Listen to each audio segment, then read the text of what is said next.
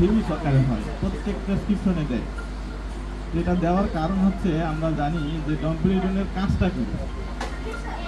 ডমপেরিডনের কাজ হচ্ছে আপনার আমাদের এলিএস অর্থাৎ লোয়ার ইসোফেজিয়াল স্ফিংটার এবং পাইলোরিক স্ফিংটারের যদি ইমব্যালেন্স হয় তাহলে সেক্ষেত্রে আমরা অ্যানোরেক্সিয়াতে সাফার করি।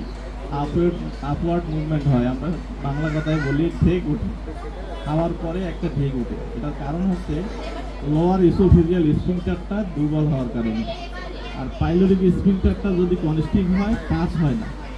এই ইমব্যালেন্সের কারণেই মূলত আপনার ওই যে খাওয়ার মানে অরুচি ক্ষুধামন্দা এটা দেখা দেয়।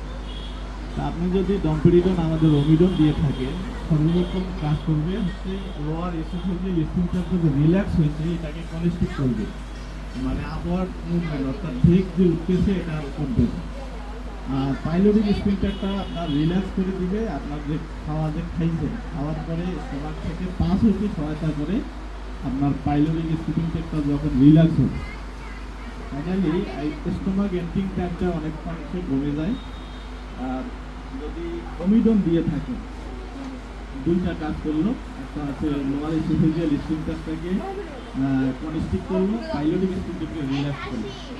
একটা কাজ দুটো কাজ হলো। পরবর্তীতে একটা লং টাইম একটা আপনার পেশেন্ট আসছে বিভিন্ন ধরনের কমপ্লিকেশন নিয়ে ট্রিটমেন্ট করার ফলে তার ক্ষুধামন্দা দেখা দিচ্ছে।